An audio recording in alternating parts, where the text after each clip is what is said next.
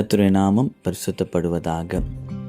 இந்த நாளுக்கான வெளிச்சம் ஏசாயா 56 அதிகாரம் 7 நான் என் பரிசுத்த மலைக்கு கொண்டு வந்து என் ஜெப வீட்டிலே அவர்களை மகிழ பண்ணுவேன். தொடர்ந்து வாசிப்போம் என்றால், என்னுடைய வீடு சகல மக்களுக்கும் ஜெப வீடு எனப்படும். ஏசாயா 56:7 கர்த்தர் தம்முடைய ஜெப வீட்டை குறித்தும் தம்முடைய ஆலயத்தை குறித்தும் அவர் சொல்லுகிறார். புதிய ஏற்பாட்டிலே நீங்களும் நானுமே தேவனுடைய ஆலயமாக இருக்கிறோம். அதே போல எபிரேயர் 10 அதிகாரம் 24 முதல் 25 கர்த்தர் கூடி வருகிறதை, சபை கூடி வருகிறதை விட்டுவிடாதீர்கள் என்று கர்த்தருடைய வார்த்தை சொல்லுகிறது.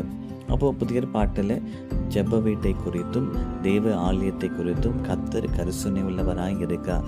அவரே இந்த ஆலயத்தின், இந்த ஜெப வீட்டின் தலைவராய் இருக்கிறார். லூக்கா 13 அதிகாரம் 10 முதல் 14 வாசிப்போம் என்றால், 18 வருஷமாய் கூனியாய் இருந்த ஒரு ஸ்திரீ இருக்கிறார்.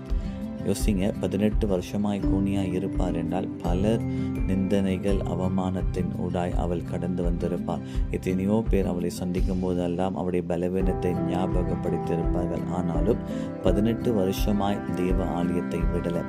அப்பொழுது இயேசு ஒரு நாள் அங்கு பிரசங்கம் செய்து முடித்த பின்பு அவளை பார்த்து மனதுருகி என்ன செய்தாலாம், அருகாமையில் அழைத்து அவளை தொட்டு அவளை சுகமாக்குகிற ஒரு தேவனாக இருக்கிறார். யோசிப்போமே, ஒருவேளை 17 வருஷம் ஆலயத்துக்கு போயிட்டேன், இனிமேல் நான் ஏன் ஆலயத்துக்கு போக வேண்டும் என்று அந்த நாளிலே அவள் ஆலயத்துக்கு போகாமல் இருந்திருப்பார் என்றால் சுகம் அடைந்திருக்க மாட்டாள். அப்போ கர்த்தர் தம்முடைய ஜெப வீட்டிலே கர்த்தர் அவளை சந்தித்து அவளுக்கு அற்புதத்தை செய்தார். அதுதான் இந்த வசனம் சொல்லுகிறது, என்னுடைய வீடு சகல மக்களுக்கும் ஜெப வீடு எனப்படும். இப்போ நம்முடைய வாழ்க்கையில கூட ஜெப வீட்டை குறித்தும் தேவனுடைய ஆலயத்தை குறித்தும் வைராக்கியம் கொள்ளுவோம்.